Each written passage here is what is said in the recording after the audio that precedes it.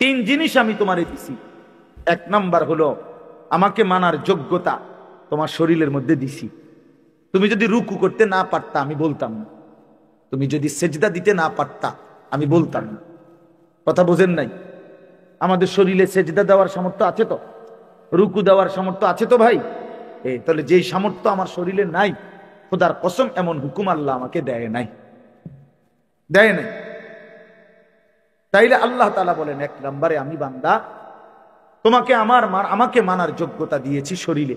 দুই, বুঝাইয়া বলার জন্য আমি নবী রাসূল দিয়েছি, নবী রাসূলদের পরে ওলামায়ে কেরামকে দিয়েছি, তারা বুঝাচ্ছে তোমার। তিন, বুঝবার জন্য আসমানি কিতাব দিছি। এই যে তো আল্লাহ তাআলা বলেন মানার যোগ্যতা শরীরে দিয়েছি, বুঝাইবার জন্য নবী রাসূল ওলামায়ে কেরাম দিয়েছি, বুঝবার জন্য কিতাব দিয়েছি। এরপরে আমি শুধু দেখতেছি বান্দা, ইম্মা শাকিরান ওয়া ইম্মা কাফুরা, তুমি কি আমার অনুগত নাকি অবাধ্য। চলো বান্দা, দুনিয়া আমি চালাইয়া নেব। আল্লাহ বলছে কুলু ওয়া তামাত্তাউ কালিলান ইন্নাকুম মুজরিমুন। আমার বান্দা তুমি দুনিয়া কিছু সময়ের জন্য খাও এবং ভোগ করো, তবে শুধু মনে রেখো তুমি নাফরমান। এটা কোরআন শরীফের আয়াত, সাংঘাতিক কথা। আল্লাহ বলছে বান্দা নাস্তা খাও, কোনো অসুবিধা নেই, শুধু কথাটা মনে রেখো যে তুমি ফজরের নামাজ পড়ো না। তুমি রাত 10টায় যে খাইতে বসছো, আল্লাহ যেন ডেকে বলে নাফরমান, খাও, কোনো অসুবিধা নেই, শুধু মনে রেখো এশার নামাজ পড়ো না। ভাত খাইতে আটকাইতাম না বাবা, ঘুবা, সমস্যা নেই। কুকুর বিড়াল খায়, তুমি খাইতা না কেন? জন্তু জানোয়ার ভোগ করে, তুমি ভোগ করবা না কেন? অতএব দুনিয়া আমরা খাইতে পারতেছি ছেলেরা বাবারা, এটাকেই আপনি সফলতা মনে করেন না। দুনিয়া আমরা খুব বেশি ভোগ করছি না, আমাদের চাইতে জন্তু জানোয়ার দুনিয়া বেশি ভোগ করে। আমি নিজে পড়ছি, প্রাণীবিদ্যা যারা গবেষণা করে ওনাদের মতে একটি হাতি একদিনে 250 কেজি খাবার খায়। 250 হাতি, একটা হাতি। তো পৃথিবীতে হাতি তো একটাই। একটি হাতি একদিনে 90 লিটার পানি পান করে, 90 লিটার। একটি তিমি এক লোকমায় 200 জন সামর্থ্যবান মানুষের সমপরিমাণ খাবার খায়। আমি চিড়িয়াখানাতে দেখছি একটি বাঘকে প্রতি বেলা 22 কেজি থেকে 24 কেজি গরুর গোশত খাইতে দেয়। আপনারা কেউ পারবেন? তো কি দুনিয়া ভোগ করলেন বলেন চাচারা বাবারা, আপনারা যারা 60 বছর ধরে হায়াত পাইছেন, চাচা আপনি বুদ্ধ দ্বারাই এখন আপনি দুনিয়া কিতা বেশি খাইয়া লাইছেন, মানে একটু শুনুন কি খাইছেন। ফাঙ্গাস, তেলাপিয়া, দৈন্যা ভাতা, কাঁচামরিচ, খিরা, টমাটো, দুন্দুল, করলা, ফার্মের মুরগা, কক মুরগা, আর কিতা, আর কিতা, লচ্ছি, ফুলকপি, পাতাকপি, মূলা রাখ, লাল শাক, আর কিতা কি উল্টাইল হয়েছে আপনি খাইয়া না বলেন না? খুব বেশি কোনো কিছু ভোগ করছি আমরা দুনিয়া? এই সব দিয়ে মিল হেলে কি আর, এই তো সামান্য এইটুকু দুনিয়ার জন্য আখেরাত ছেড়ে দিলেন। শুধু আপনার এই 3-4 আইটেমের তরকারির লাগা এতটি মিছা কথা কইলেন, এত টাকা সুদ খাইলেন। আস্তাগফিরুল্লাহ, আস্তাগফিরুল্লাহ। আজকে এত বছর ধরে ওজনে কম দিচ্ছেন, মুসলমান 30 বছর মিথ্যা বলে, মুসলমান 30 বছর ওজনে কম দেয়, একজন মুসলমান 30 বছর সুদ খায়, একজন মুসলমান 30 বছর ওজনে কম দেয়, একজন মুসলমানের ঘরে প্রতিদিন রঙিন টেলিভিশন চলে, নাচ গান, কোনোদিন মনে পড়বে না এটা গুনাহ। আপনার বিবি কোনোদিন পর্দা করবে না, আপনার মেয়েটা কখনোই পর্দা করবে না, আপনার এমন সুন্দর ছেলে সে কখনোই নামাজ পড়বে না বাবা। তার জন্য ফজরের নামাজ ফরজ হয় নাই। আপনার মেয়ে 16 বছরে, তার উপরে পর্দা ফরজ হয় নাই।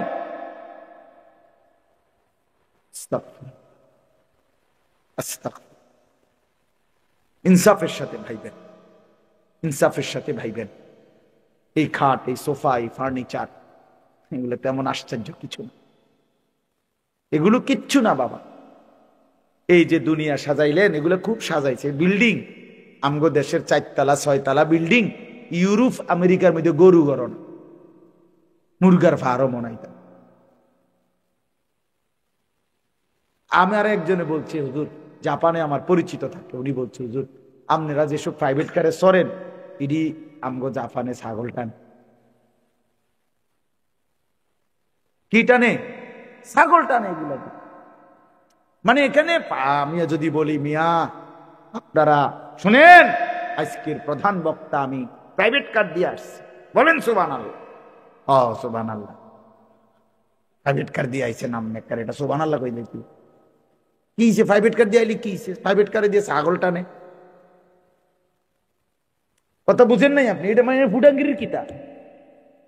অহংকারের কি আছে এটাতে? কিচ্ছু নাই। এজন্য দুনিয়া আল্লাহ তাআলা তো বেঈমানকে আমাদের চাইতে কোটি গুণ বেশি দিছে বাবা। তো দুনিয়াও তো পাইলেন না, আর এই দুনিয়ার জন্য আখিরাতও হারায় ফেললেন। আহা মুসলমান, করলেনটা কি? করলেন যুবক, তুমি যতগুলো নারী দেখো, ছবি দেখো, উলঙ্গ নাচ দেখো, এতগুলো নারী দিয়ে তোমার লাগবে না ভাইয়া। প্রিয় ভাই আমার, বন্ধু আমার, এত নারী তো একজন পুরুষের লাগে না। যেটুকু দরকার সেটুকু তো আল্লাহ তাআলা কোরআনে বলছেন, বান্দা ওমিন আয়াতিহি আন খালাকা লাকুম মিন আনফুসিকুম আজওয়াজা। আল্লাহ বলে, তোমাদের প্রত্যেক পুরুষের শরীরের অংশ থেকে আমি আল্লাহ তার হালাল স্ত্রী সৃষ্টি করেছি। যেটা আল্লাহ পাক চাহিদা দেয় সেটা পূরণের ব্যবস্থা আল্লাহ রাখছে। তৃষ্ণা আল্লাহ দিছে, পানি আল্লাহই ব্যবস্থা করছে। ক্ষুধা আল্লাহ দেয়, খাবার আল্লাহই ব্যবস্থা করে। ঠিক এরকম কামনা বাসনা যৌন চাহিদা, এটা আল্লাহ প্রদত্ত, তো সেটা পূরণের জন্য হালাল স্ত্রী আল্লাহই ব্যবস্থা রাখছেন। তুমি কেন তার আগে একটু অপেক্ষা করো? মানুষের প্রত্যেকটা মানুষ খাবারও তো সারাদিন খায় না। খাবারের জন্য, দুনিয়ার জন্য, যে কোনো বিষয়ের জন্য তো মানুষ সবর করে, একটু অপেক্ষা করে। একজন হালাল পবিত্র স্ত্রী পাওয়ার জন্য তুমি একটু চরিত্র হেফাজত করো, একটু সময় সবর করো, তো আল্লাহ তাআলা তোমাকে নেককার বিবি দিয়ে দিবে। আর নয়তো তুমি যদি নিজের থেকে কুত্তার মতো দৌড়াও নারীর পিছনে, ছবির পিছনে, একদিন একটা খবিস নারী ছাড়া আর কিচ্ছু কপালে জুটবে না। মনে রাখিস ছেলেরা আমার, মনে রাখো বন্ধু, আমার নাম আনিসুর রহমান। আমি বললাম খবিস, একদিন খবিস মিলবে, খবিস। আল্লাহর ওয়াদা এটা। যেই ছেলে চরিত্রহীন, আল্লাহ ওয়াদা দিছে, মনে রাখিস তোর বউ মিলবে খবিস। এটা কোরআন শরীফের সূরা নূরের মধ্যে আছে।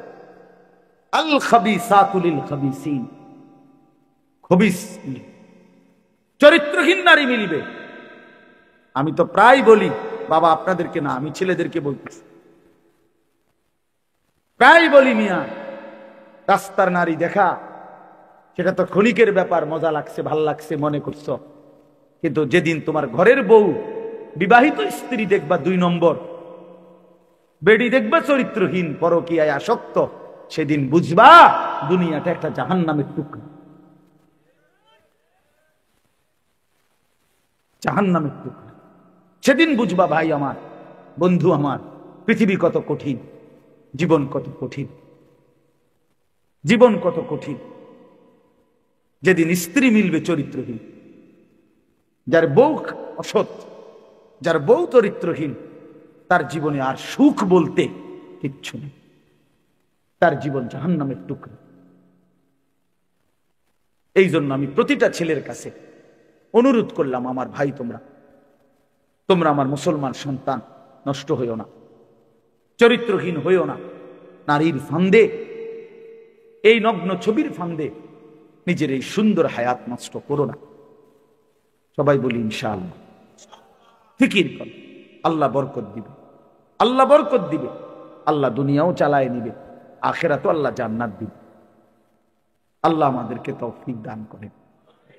তাইলে মোট কথা কি দাঁড়াইলো এই কথাটা বুঝাইতে চাইলাম, আমরা মুসলমান, আমাদের আখিরাত মূল, শুধু দুনিয়ার জন্য আল্লাহ করে বানায় নাই, শুধু দুনিয়া আল্লাহ তাআলা জীব জন্তুকেও ভোগ করাচ্ছে। প্রকৃত বিষয় হলো আখিরাত। ऐसे रहे या वैसे रहे वहां देखना फिर कैसे रहे। বুজুর্গানে দিন বলে, হে আল্লাহর বান্দা, দুনিয়া এভাবে কিংবা ওইভাবে, একভাবে তো থাকা হয়েই যাবে, কিন্তু আসল বিষয় হলো, আসল দেখার বিষয় হলো সেখানে কেমন থাকে। ऐसे रहे या वैसे रहे, মানে এমনে থাকো বা হেমনে থাকো, একভাবে থাইকা লাইতে পারবা, মানে রাজপ্রাসাদে কিংবা কুড়ে ঘরে, সুখে কিংবা দুঃখে, হাসিতে কিংবা আনন্দে, রোদে কিংবা বৃষ্টিতে, আলোতে কিংবা অন্ধকারে, একভাবে না একভাবে দুনিয়া তো পার হয়েই যাবে, কিন্তু ওয়াহা দেখনা, সেখানেই দেখা হবে তার कैसे रहे, কেমন রইল। ওখানে হাসলে আর কোনোদিন কাঁদতে হবে না, ওইখানে কাঁদলে আর কোনোদিন হাসা যাবে না, আর কোনদিন। এখন যারা আমরা বসা আছি, সবার কাছে আমার অনুরোধ হলো, ছেলেরা, নওজোয়ান তোমরাও, এবং আমাদের বাবা চাচারাও, অল্প কিছুক্ষণ সময়, খুব লম্বা সময় না, অল্প একটু সময় আমরা ইনশাআল্লাহ শতভাগ মনোযোগ দিয়ে আন্তরিকতা নিয়ে আল্লাহর কথা শোনেন। ছেলেরা তোমরাও শোনো, বাবারাও শোনেন, এতে সকলের ভালো হবে। একটা গুরুত্বপূর্ণ বিষয় হলো, পরিবর্তনের জন্য মনোযোগ জরুরি। এক তো এমনি গদ বাধা শুনলাম, বুঝলে বুঝলাম, না বুঝলে নাই, গ্রহণ করলে করলাম, না করলে নাই। অনেকে এই হুজুরের ওয়াজ শুনে শুনছি, আমিও কদ্দুর গেলাম না, এটা কোনো উচিত না। হাদিসের মধ্যে আছে, রাসূলুল্লাহ সাল্লাল্লাহু আলাইহি ওয়াসাল্লামকে কবরের মধ্যে দেখিয়ে যে 3 নম্বর প্রশ্ন, যে নবীজি সাল্লাল্লাহু আলাইহি সাল্লামকে দেখিয়ে বলবেন, এই যে ইনাকে তোমাদের নিকট পাঠানো হয়েছে, তাকে চিনো কি, তার ব্যাপারে তোমার মত কি? তো সে বলবে, আমি ওনার ব্যাপারে তেমন কিছুই জানি না, আকুলু মিসলামা ইয়াকুলুন নাস, মানুষ ওনাকে বলতো শুনতাম, একজন রসুল আছে, একজন নবী আছে আমাদের, তা আমিও এরকমটাই বলতাম, এর বেশি কিছু তেমন আমি জানি না। ওনার আনুগত্য, ওনার অনুসরণ, ওনার জীবনী, ওনার ব্যাপারে আমার দায়িত্ব কি, ইত্যাদি কিছুই আমি জানতাম না, জানি না। তো আল্লাহ তাআলা হাদিসের মধ্যে আছে, ফেরেশতাদেরকে ডাক দিয়ে বলবেন, কাযাবা আব্দি, আমার এই নাফরমান বান্দা মিথ্যা বলছে, আফরিশুহু মিনান নার ওয়ালবাসুহু মিনান নার ওয়াফতাহু লাহু বাবান ইলান নার, এই নাফরমানের কবরে জাহান্নামের বিছানা বিছিয়ে দাও, জাহান্নামের পোশাক পরিয়ে দাও, এবং জাহান্নাম বরাবর দরজা খুলে দাও।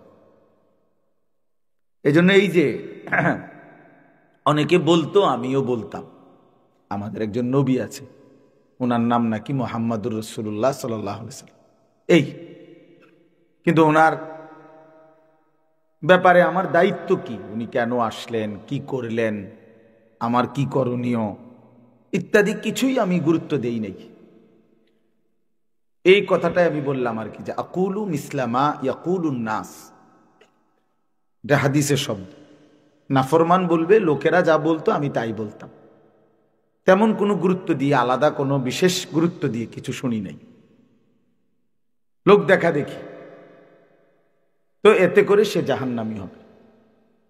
এজন্য প্লিজ আমার বাপ, আমার ভাই, ইসলাম একটা খামখেয়ালির কোনো বিষয় না, যে মন চাইলে একটু শুনলাম আর একটু বুট খাইলাম, কিছুটা বাদাম খাইলাম, কিছুটা ওয়াজ শুনলাম, কিছুটা বয়ানের সময়, যেমন জুমার দিন অনেক মানুষ দেখবেন বয়ানের সময় এরকম জুড়ায়, ঠিক না, দেখবেন এই, মানে কিছু জুড়ায় কিছু শোনে, পরে জিজ্ঞাসা করলে দেখবেন কিছুই জানে না, কিছুই বোঝে নাই।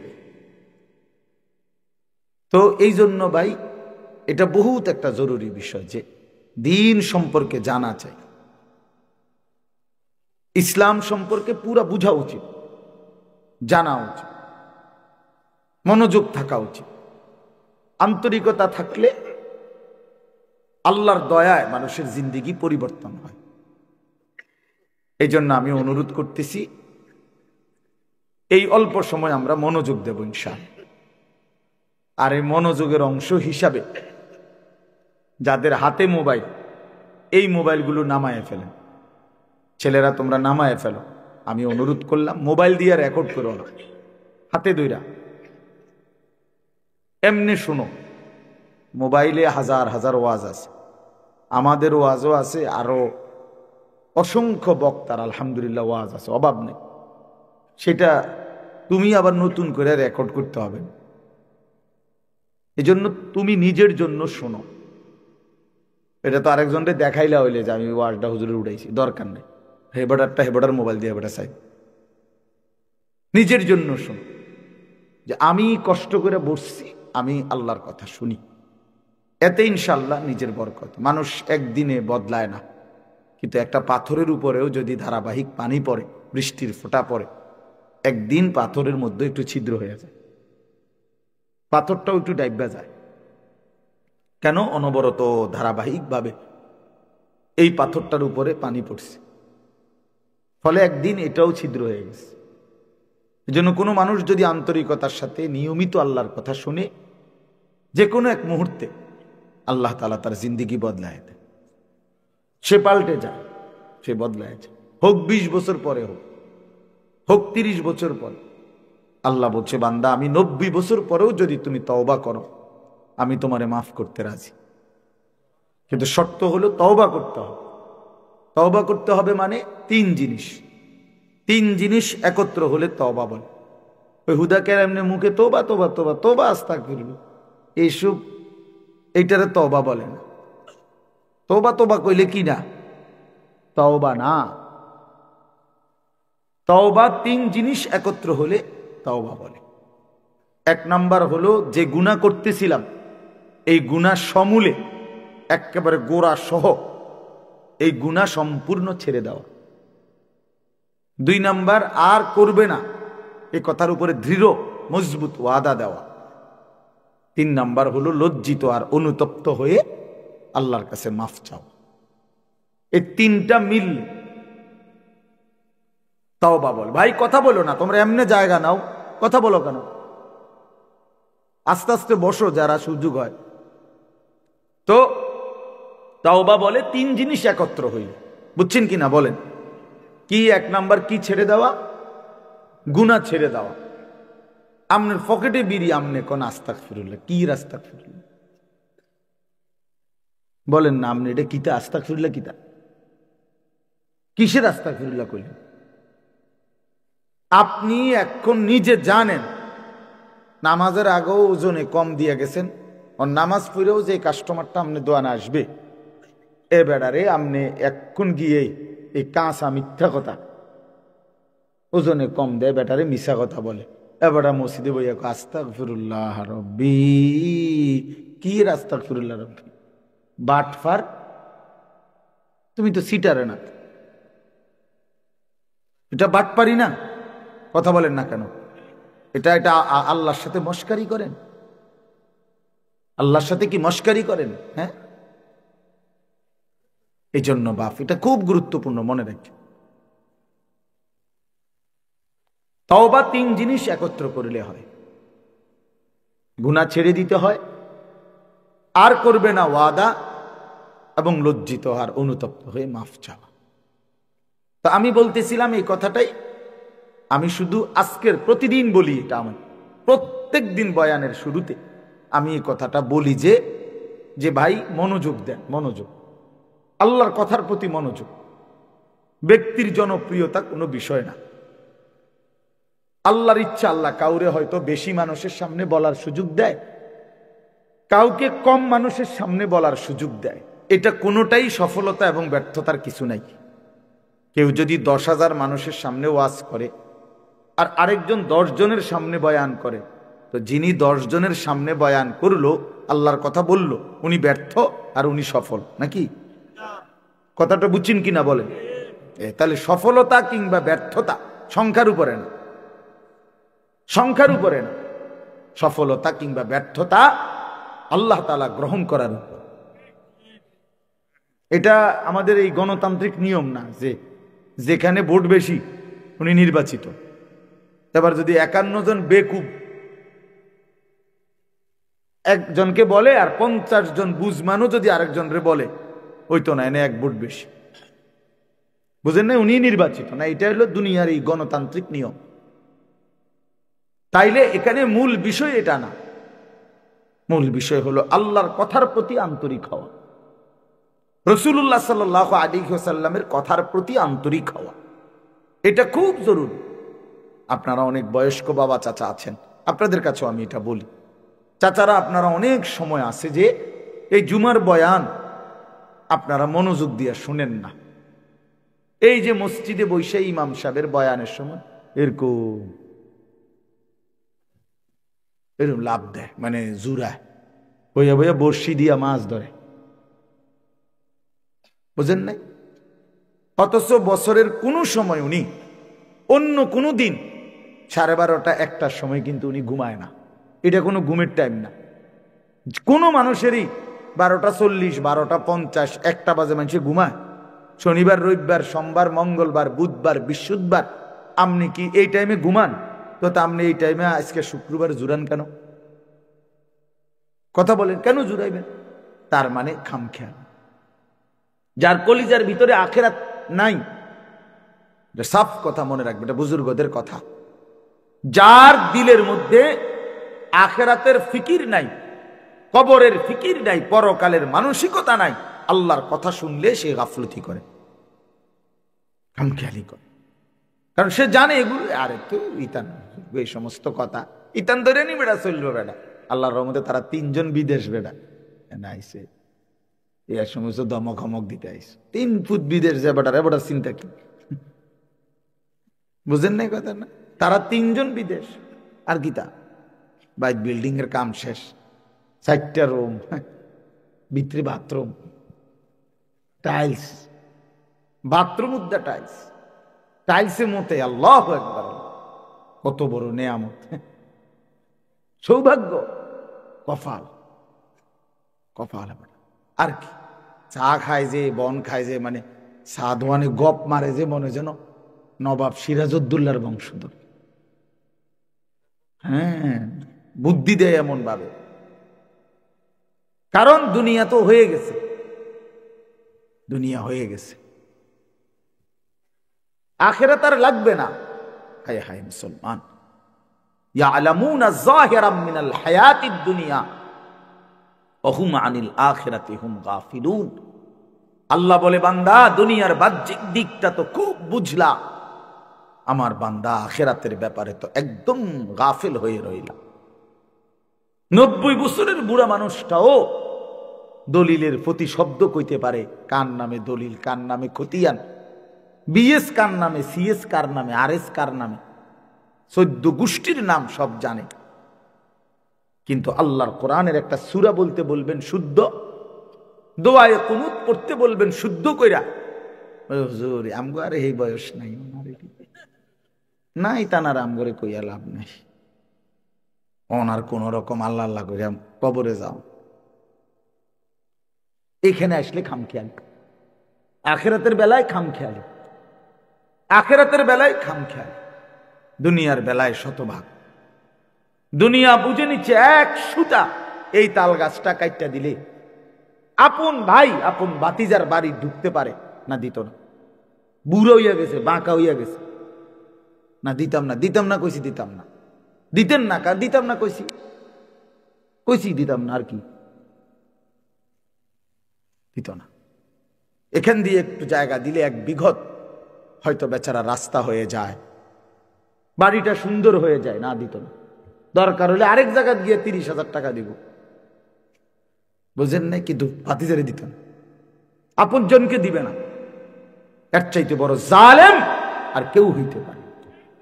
আপন জনকে যে ঠকায় সে নিকৃষ্ট জালেম, নিকৃষ্ট জালেম, নিকৃষ্ট জালেম।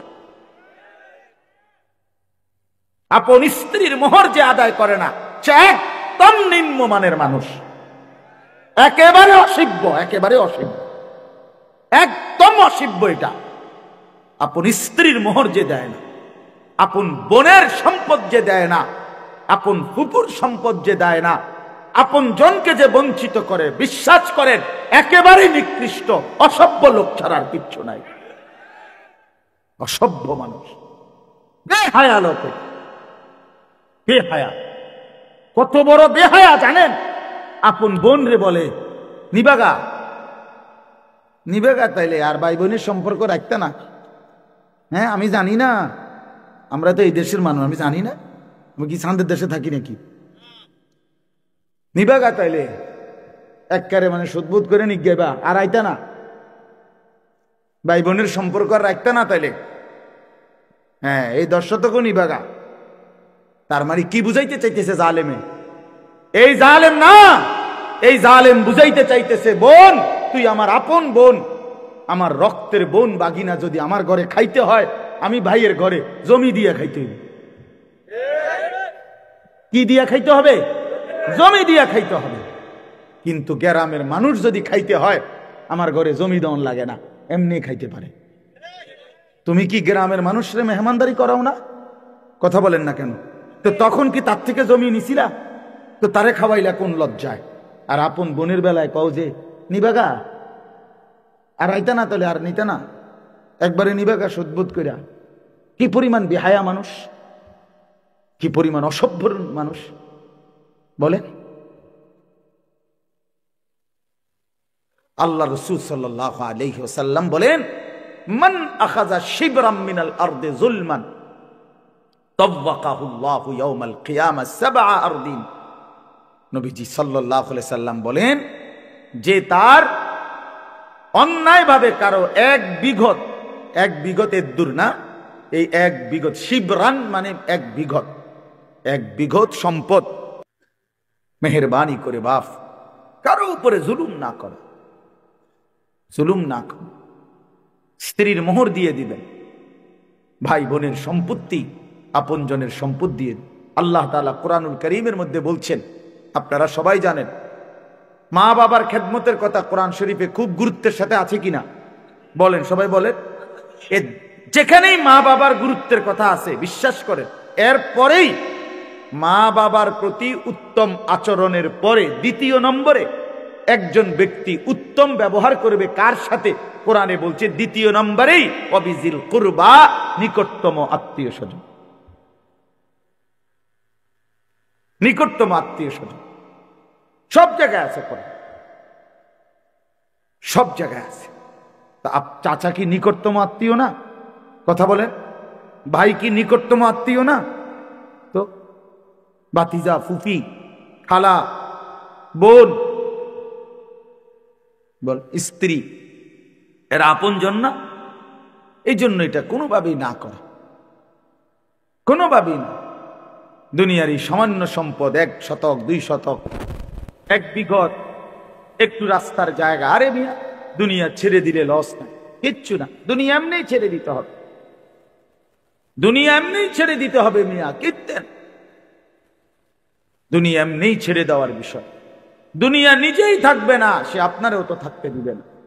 একদিন আমিও থাকবো না, একদিন গোটা সৃষ্টি জগতও থাকবে না। ইদা রাজ্জাতিল আরদু রাজ্জা, আল্লাহ তাআলা বলছেন এই মাটি রেজা রেজা, পাউডার পাউডার হয়ে যাবে। ওয়া তাকুনুল জিবালু কালইহনিল মানফুশ, তুলা ধুনাইলে, লেফ তোষক বানাইবার আগে তুলারে যে ধুনায় মেশিনে বা লাঠি দিয়া বাইরাইয়া, এরকম ধুনানো তুলা যেভাবে ওড়ে, আল্লাহ তাআলা কোরআনে বলছে ইসরাফিল ফু দিলে সমস্ত পাহাড়গুলো এভাবে ধুনানো তুলার মতো উঠতে থাকবে। কি ফায়দা ভাইয়া? জমিন তো আপনিও রাখবেন না, আপনার সন্তানও রাখতে পারবে না, কেন নিজের আখিরাত বরবাদ করে সন্তানের জন্য দিয়ে গেলেন? কেন দিয়ে গেলেন?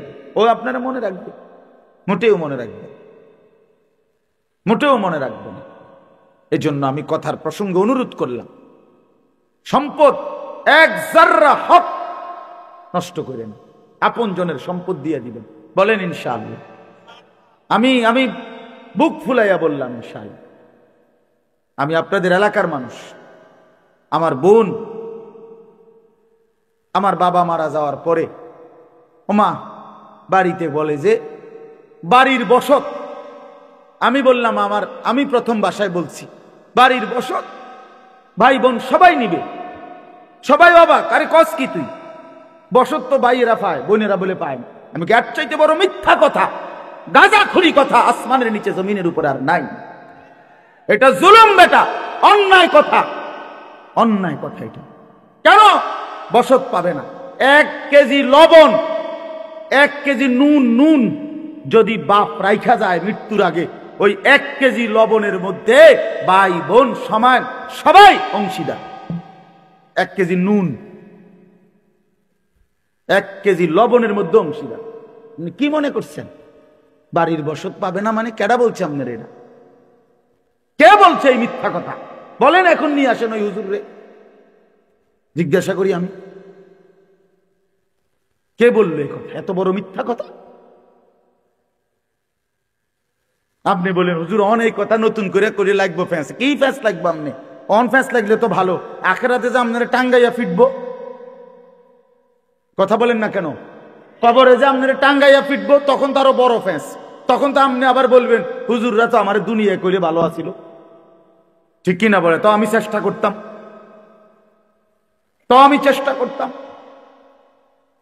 একবার আমি এক বিয়ে পড়াইতে আমার এক ছাত্র নিচ্ছে, তার বোনের বিয়া। আমি বললাম সুন্নাত মোতাবেক এভাবে বিয়ে হবে। একবারে টাই টুই স্যুট পরা একবার বলতেছে আমারে হুজুর ছেলের পক্ষে নতুন করে আপনি আবার এই নিয়ম বললে হ্যাঁ ফিতনা হবে, মানে আগে সমাজের যে কুপ্রথার যে নিয়ম ওইভাবে চলুক। তাই বললাম যেহেতু আমি এভাবে ছাড়া জানি না, কোরআন সুন্নাহ মতে যেভাবে বিয়ে পড়া আমি এটাই জানি, ওই আপনি যেটা বুঝাইতে চাই আমি এটা জানি না, কষ্ট করে বিষয়টা আপনি পড়ান। আমি ভাত খাইতে আইছি, ভাত খাই। আমি যেটা জানি না আমি করতে শিখতাম, এটা আপনারটা তো আমি জানি না।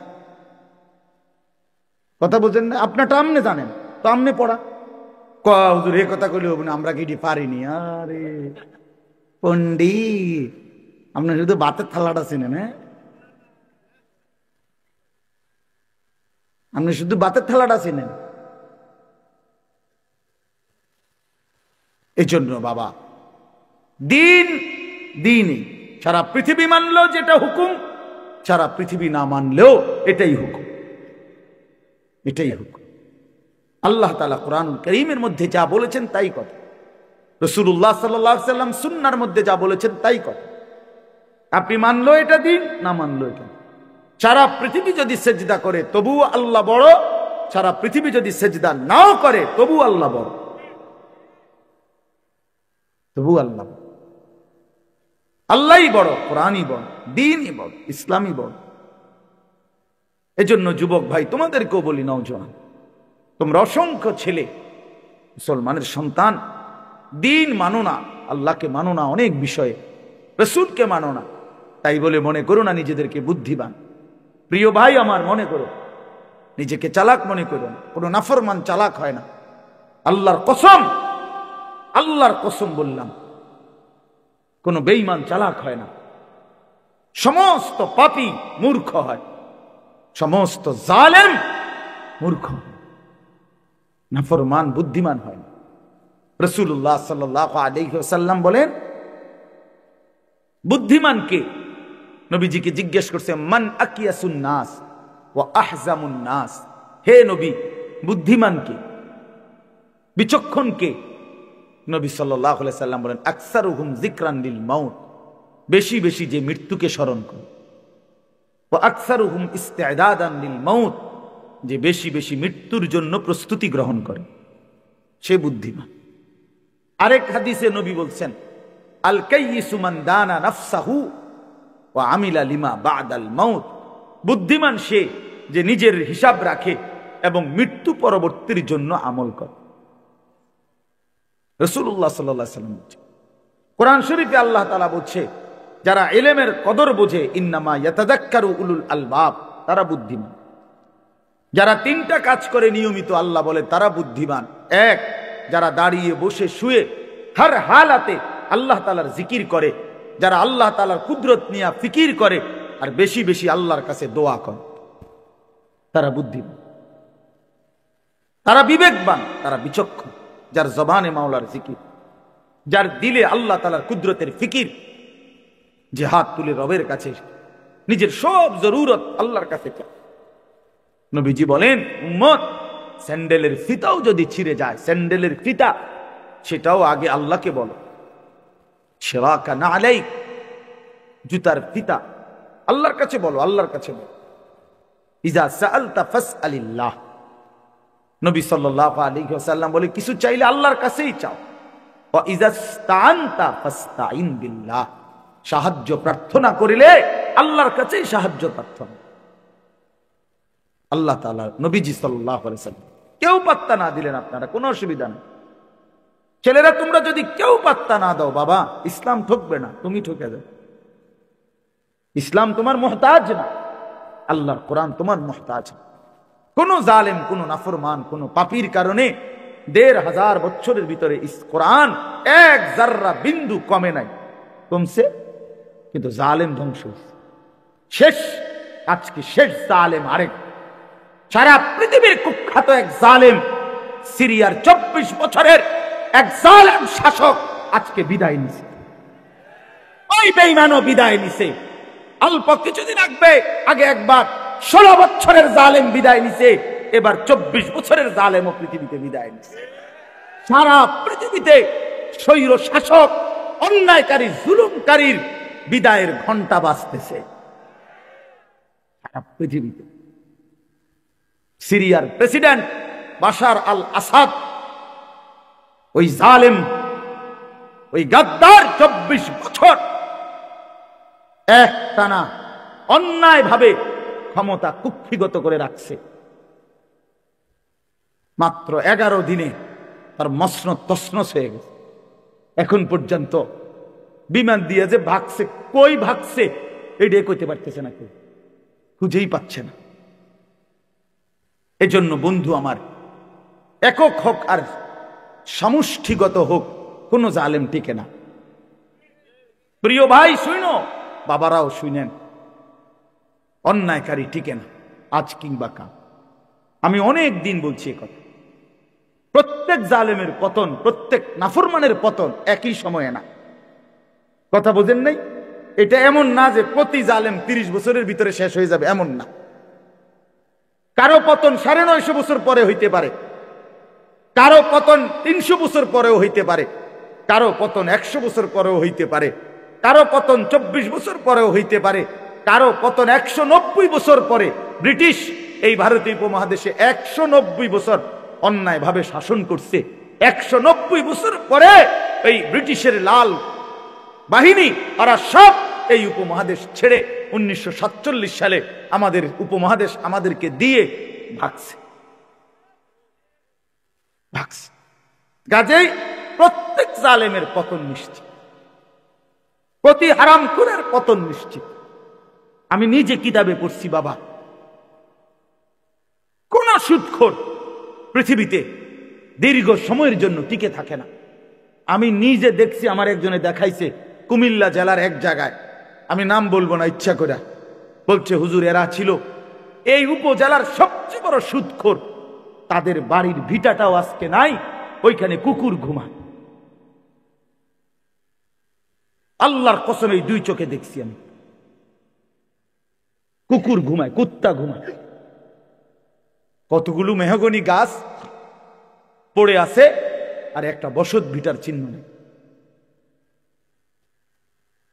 ছেলেরা নিজের না খুব চালাক মনে করো না বাবা, একখান মোবাইল চালাও আর নারী দেখো, নাচ দেখো, ছবি দেখো, বন্ধুদের আড্ডায় মনে করতেছো খুব একটা ফুট। না ভাইয়া, এটা শেষ কথা না। আমি অনুরোধ করলাম, আমার কথা হাসি দিয়া উড়াই দিও না। আমি এক ব্যথার ফেরিওয়ালা, যে শুধু ওয়াজের জন্য নামি নাই, কলিজা ভরা এক বেদনা নিয়ে নামছি। বলি যে আমাদের এই ছেলেগুলো বদলাবে। আমাদের কি পরিমাণ ছেলে নামাজ পড়ে না বলেন, কি পরিমাণ ছেলে।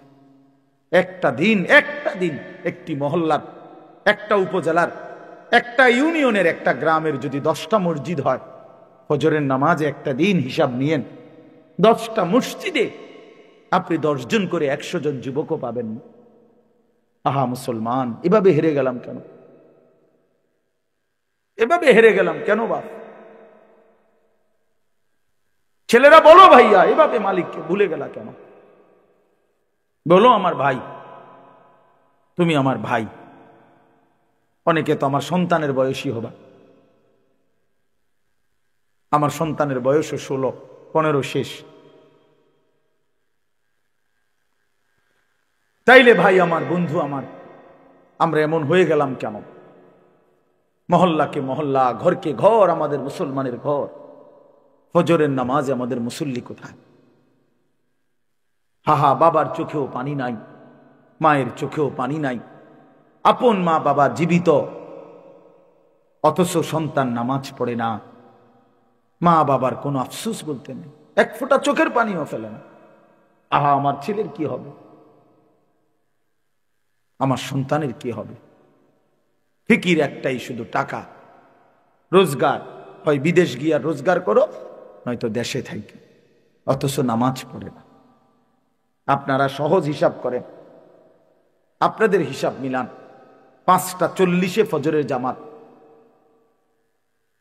কেউ যদি 10টা বাজে ঘুমায়, 11টা বাজে ঘুমায়, রাত 11টা, 12টা, 1টা, 2টা, 3টা, 4টা, 5টা, প্রায় 7 ঘন্টা। একজন চিকিৎসা বিজ্ঞানী ডাক্তারের মতেও স্বাভাবিক সুস্থ সামর্থ্যবান মানুষ 6 ঘন্টা ঘুমাইলে আনাফ। একদম পূর্ণ যুবকও যদি 6 ঘন্টা, এর বেশি কোনো জরুরত নেই। তাইলে বন্ধু আমার, আজকের সন্ধ্যায় যখন সূর্য ডুবছিল, ছেলেরা 1টা মিনিট ভাবো তো, আল্লাহ তাআলা বলে, বান্দা, ধীরে ধীরে অন্ধকারের কালো চাদর দিয়ে আমি পৃথিবীটা ঢেকে দিছি, এবং রাত যত গভীর হইছে, চারিদিকের আওয়াজ আমি তত নিস্তব্ধ করে দিয়েছি। আর সিএনজি চলে না, অটো চলে না, দোকানের শাটার, দোকানের হই হুল্লোড় সব বন্ধ, সব বন্ধ। এমনকি আমার কুকুর বিড়ালগুলো পর্যন্ত, আমার জন্তুগুলো পর্যন্ত আমি ঘুম পাড়ায় দিছি। এক এক জায়গায় পড়ে রয়েছে, সব জায়গা নিস্তব্ধ করে দিলাম, অন্ধকার দিয়ে ঢেকে দিলাম। তুমি বান্দা ঘুমাইবা বলে আমি যেন ডাক দিয়ে বলছি, আমার সৃষ্টির সব জীবজন্তু তোরা চুপ থাকো, আমার বান্দা এখন ঘুমাবে। আমি যেন ফেরেশতাকে বলছি, ফেরেশতা, সারাদিনের এই সাদা আকাশকে কালো চাদর দিয়ে ঢেকে দাও, আমার বান্দা ঘুমাবে। যে মালিক 7 ঘন্টা এইভাবে সুন্দর পরিবেশ করে দিয়ে আমারে তোমারে ঘুম পাড়ায় রাখলেন, 7 ঘন্টা পরে আল্লাহ বললেন, বান্দা, মাত্র 4টা রাকাত নামাজের জন্য আমি তোমার কাছে 10টা মিনিট সময় চাই। কি পরিমাণ নাফরমান, কি পরিমাণ অসভ্য, কি পরিমাণ নিকৃষ্ট জানোয়ার, কি পরিমাণ নিকৃষ্ট জানোয়ার, হাইওয়ান, কত বড় চতুষ্পদ জন্তু এটা, যে মালিক তারে 7 ঘন্টা ঘুম পাড়ায় রাখছে, সেই মালিকের 4 রাকাত নামাজের জন্য 10টা মিনিট সময় দিতে রাজি না। আপনি ভেবে দেখেন, একটা ছেলে ভাবো ভাই, একটা ছেলে, তুমি বদলাও, তুমি কারো দিকে তাকাইও না, তুমি একলা ভাবো। একজন ছেলে, তোমারে বললাম বাবা, তুমি বলো এত বড় জুলুম আল্লাহর সাথে কেমনে করল? আমার সেদিন, গত সপ্তাহের আগের সপ্তাহ, আমার এই কোমরের এই পাশের যে হাড্ডিটা, এইটা খুব ব্যথা করছে 2 দিন। বিশ্বাস করেন, এইটুকু হাড্ডির একটু ব্যথা করছে। আমি 2টা রাত 2টা সকাল ঘুমাইতেই পারি না, ছটফট করছি, ছটফট, ব্যথায় আমার ছটফট করছি। এমন যদি 2 বছর হইতো, এমন যদি 20 বছর হইতো, তো আমি কেমনে ঘুমাইতাম, আমি কেমনে বাঁচতাম? তো যে মালিক আমাকে প্রতিনিয়ত সুস্থ রাখলো, যে মালিক এমন সুন্দর জীবন যৌবন দিল ভাইয়া, 16 বছর, 18, 20 বছরের শরীরে তোমার এখন কোনো রোগ নাই, তুমি সুস্থ, তোমার শরীরে যথেষ্ট শক্তি আছে, তোমার চোখ, নাক, কান, হাত, পাও সব কিছু ভালো, তুমি কেন নামাজ পড়ো না ভাইয়া? বলো ছেলেরা, বলো বাবা, এভাবে নিজেরে নষ্ট করে দিলা কেন? এভাবে নিজেরে বরবাদ করে দিলা কেন? কোরআনুল কারীমের মধ্যে আল্লাহ বলছেন, ইবলিস তুই আমারে সেজদা দিলি না, আজকের থেকে তুই শয়তান। মনে রাখবা ভাই, যে সেজদা দেয় না সে শয়তান। কারণ এর আগে ইবলিসকে শয়তান বলা হতো না। যেদিন থেকে ইবলিস সেজদা দেয় নাই সেদিন থেকে তাকে কি বলে? নাকি আগের থেকে শয়তান ছিল? তার কোন দিন থেকে শয়তান হলো? হ্যাঁ হ্যাঁ, যেদিন থেকে সেজদা দেয় নাই সেদিন থেকে আল্লাহ বলল, ইবলিস আজকের থেকে তুমি রাজিম, ফখরুজ ফা ইন্নাকা রাজিম, তুই অভিশপ্ত, বের হ। ওয়া ইন্না আলাইকা লানাতা ইলা ইয়াউমিদ্দিন, আল্লাহ বললেন ইবলিস আজকের থেকে কিয়ামত পর্যন্ত সেজদা দিলি না, তোর উপরে আমি আল্লাহর লানত। একটা ছেলে বুঝো ভাইয়া, তোর উপরে আল্লাহর লানত। এজন্য যার কপালে সেজদা নাই তোর উপরে আল্লাহর লানত। মনে রাখিস বেটা, তোর উপরে খোদার গজব, আল্লাহর লানত, আল্লাহর লানত তোর উপরে। ভাত খাস বেটা, ঘুম যাস, খাবার আর ঘুম, পেশাব পায়খানা এগুলা কুত্তারও পূরণ হয়, কুত্তাও খায়। দেখ বেটা গিয়া, কুত্তাও খায়, কুত্তাও ঘুমায় বেটা, কুত্তাও পেশাব পায়খানা করে, কুত্তারও যৌন চাহিদা পূরণ হয়। এই জন্য কুকুরেরও বাচ্চা কাচ্চা হয়। কথা কয় না? তাহলে কি বোঝা গেল? কুকুরেরও যৌন চাহিদা কি হয়, নাহলে কুত্তার ছাও হয় কেমনে? বলে তুমি মনে করছো নারী ছবি, মোবাইলের অশ্লীল দৃশ্য তোমার শাহওয়াত পূরণ হইতেছে, তোমার মনের অশ্লীল কামনা পূরণ হইতেছে, তুমি বড় লাভবান, তুমি বড় বুদ্ধিমান। হ্যাঁ হ্যাঁ, চুল ফিরাও বারবার পিছনের দিকে, আর সিবা একটা প্যান্ট হিন্দা ফাঁটা হাঁটো। সিবা প্যান্ট মনে রাখবা গোলামের প্যান্ট, এটা ঐতিহাসিক তথ্য। কৃতদাসের প্যান্ট হলো কৃতদাসের পোশাক, মানে কৃতদাস বুঝেন, গোলাম, গোলামের পোশাক, এই সিবা প্যান্ট। আফ্রিকান, এটা ঐতিহাসিক কথা হলো, আফ্রিকান কৃতদাস গোলাম যাদেরকে দিয়ে কাজ করাইতো, তাদেরকে দিয়ে পূর্ব যুগে এই চিকন চিপা প্যান্ট পরাইতো, যাতে করে কাজে ফাঁকি দেওয়া দিতে না পারে, বসতে না পারে, যেন মতনের লাইগাও নিচে বইতে না আরে, খারাইয়া মতে যাবে। হ্যাঁ হ্যাঁ, সত্যি কথা বুঝছেন মৌলানা সাহেব? এই চিপা প্যান্ট হলো কৃতদাসের প্যান্ট, গোলামের প্যান্ট। বেঈমান তোমারে বলছি এটা ফ্যাশন। হ্যাঁ, তুমি বোধাই ফ্যাশন মনে করে দিছো দৌড়, বেওকুফ কোথাকার। একটাবার জিজ্ঞাসা করলে না কোনো আলেম রে যে আমি মুসলমান, আমি কেন গোলামের পোশাক পরব? এই জন্য ভাইয়া আমার, বন্ধু আমার, আমি খোলামেলা বললাম, আমি হয়তো একটু শক্ত বললাম, আমি তোমার মনে করাই দিলাম, আমি তোমার বিবেক নাড়াইতে চাইলাম, এই জন্য স্পষ্ট বললাম। কোন মুসলমান সুস্থ স্বাভাবিক মানুষ আমার ভাই, এক ফোঁটা ঈমান যার কলিজার মধ্যে আছে, সে নামাজ না পড়ে থাকতে পারে না। আমার শায়েখ আল্লামা মুফতি মুশতাকুন নবী সাহেব বলে, মুমিন ফজরের নামাজ ছাড়তেই পারে না, মুনাফিক ফজরের নামাজ পড়তেই পারে না। না না, কথা পুরোটা কইয়া কন, আপনি ঠিক কই না উদা, পুরোটা কথা কন যে মুমিন ফজরের নামাজ না পড়ে থাকতে পারে না, কোন তো? আর মুনাফিক ফজরের নামাজ পড়তেই পারে। বলেন কি বলছি? পড়তেই পারে, মুনাফিক ফজরের নামাজ পড়তেই পারে। রাসূলুল্লাহ সাল্লাল্লাহু আলাইহি ওয়াসাল্লাম বলছেন, ফজরের নামাজ মুমিনের নামাজ। ফজরের নামাজ কার নামাজ? মুমিনের নামাজ। নবীজি সাল্লাল্লাহু আলাইহি ওয়াসাল্লাম বলেন, এশার নামাজ এবং ফজরের নামাজ, এই দুই নামাজ যারা মুনাফিক তাদের জন্য পড়া খুবই কঠিন। সরাসরি হাদিস, আসকাল, আসকাল, সবচেয়ে ভারী, সবচেয়ে ভারী। ভাই আমার বন্ধু, একটাবার ভাইব, শুধু সারাদিনের নিয়ামত বাদ দিলাম, 7 ঘন্টার ঘুমের নিয়ামতের কোনো শুকর নাই, কোনো শুকর নাই। আল্লাহ কোরআনে বলছে, বান্দা আমি তোমাকে চোখ, নাক, কান, সারা দেহ দিয়ে দিলাম, এবং তোমাকে বুঝাইয়া বলার জন্য নবী রাসূল দিলাম। বুঝবার জন্য কিতাব দিলাম, এবার আমি শুধু দেখলাম ইম্মা শাকিরাম ওয়া ইম্মা কাফুরা। আল্লাহ কোরআনে বলছে, বান্দা ইন্নাল মুজরিমিনা ফি আযাবি জাহান্নামা খালিদুন। রব্বুল আলামিন বলেন, নাফরমান পাপী জাহান্নামের আযাবেই থাকবে চিরস্থায়ী। লা ইউফাত্তারু আনহুম ওয়া হুম ফীহি মুবলিসুন। এক সেকেন্ডের জন্য জাহান্নামের আযাব বিরতি দেয়া হবে না।